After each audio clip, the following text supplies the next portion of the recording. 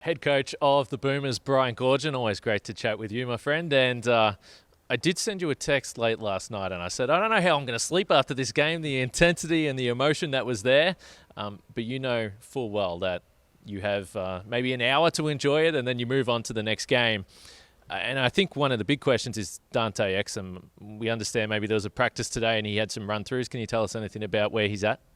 Yeah, no, real excited about his progression. We were looking at possibly this game coming up, but definitely game 3, and we were willing to, take that risk. And it's moved along probably better than we hoped, and we think there's a real, we got another day of practice, and we'll go a little bit of contact tomorrow. But he took a big step today, shot the ball, bounced the ball, no problem with it, and we'll put him in contact tomorrow. And we're hoping for him to play against Canada, which would be very, very big for us.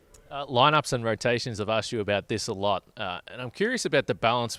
Maybe it's with the starting group or just the rotations in general, how much you can afford to tinker with that in a tournament when maybe you play a team like Canada that is generally smaller than what you saw against Spain or what you might see against Greece.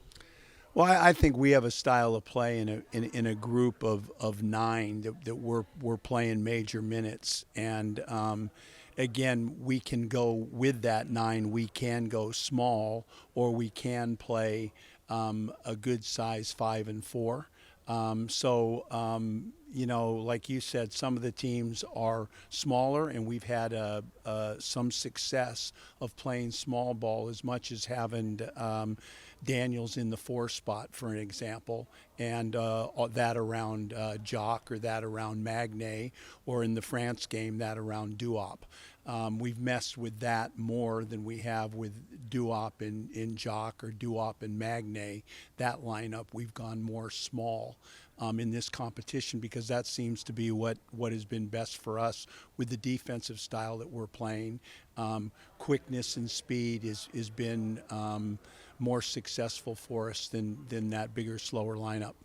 You've had such a big focus on the defense for this team, and I'm sitting there halfway through the second quarter yesterday, and I'm looking at Spain, and I'm saying this team's going to get up 53-point attempts. How did you see the defense, particularly out on the perimeter, because you know that all these teams are going to come with that? Well, I think two things that we've gotten a ton better at is pressure on the ball. Our pickup point with Dyson, with Nick Kay up the floor, 3/4 court, and in the World Cup, our defensive transition let us down a lot. We gave up a lot of early baskets before we set up our defense, and those 2 areas have been strong. Our hurting point in the game was on-ball screen defense. They were elite at that, and getting the right guys that you're trying to help off on rollers, and you've got a dead-ass shooter to deal with as well. So, they did a very good – he's a very good coach. They had a very good game plan for our on-ball D. But the change-up, like a baseball pitcher, we went with a little bit of switching, a little bit of drop, a little bit of hedging. So we're getting better at it, but that's really going to be a cornerstone for Canada and for Greece if we're going to get through this pool. You mentioned Dyson Daniels, and right from the start of this game, he's guarding Lorenzo Brown. He's fighting over every single screen. What is the difference with Dyson from 12 months ago at the World Cup to what you're now seeing now with a lot of responsibility on this team? Well, the big decision in leaving Delhi at home and doing what we did at the World Cup to introduce those 7 players were for benefit for this. And we felt like Dyson was progressing really well, and there was going to be somebody important for us in this tournament, because he's a different defender than some of the ones that we have that are good. Is that, some are good off the ball with length and can play in passing lanes.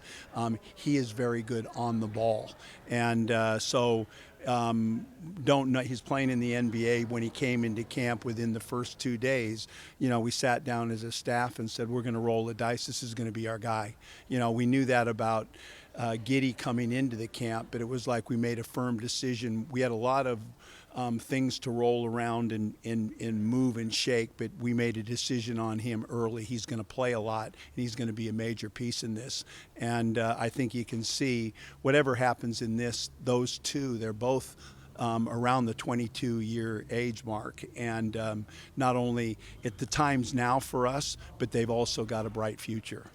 That means you'll enjoy coaching them in the 2028 Olympics, right? Absolutely not. But I have mentioned to them that, you know, this thing works in 4-year cycles, and for the young guys, it seems like when you're in this, there's always a young group coming in, and one of the you know, when is it now?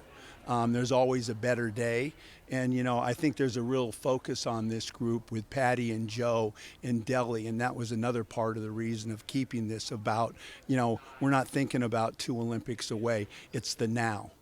Last one I've got for you. You just came from the Team USA game. Probably a lot of things, but what stood out with that win over Serbia? Kevin Durant. My God. You know, what's been publicized. This is, you know, you look at tonight, you know, Tatum didn't play. You know, Embiid played 10 minutes. They're that deep. And, you know, they beat probably, I think them or Serbia or Canada, who's everybody here is talking about for they think would get the silver medal or look like getting the silver medal, and they totally dominated them today. So they're growing and getting better. But it's again, a tournament. I've been in this. This is my 4th. This is a tournament like no other, and everybody keeps saying it. Oh, we got this team tomorrow. You talk to the German coach or the Spain coach, we got this team tomorrow, and then everybody kind of looks at each other and goes, "This is a special Olympics." Gorge, we've held you up from dinner long enough. Go get to your dinner reservation with your family. Appreciate the time. Thank you, my man.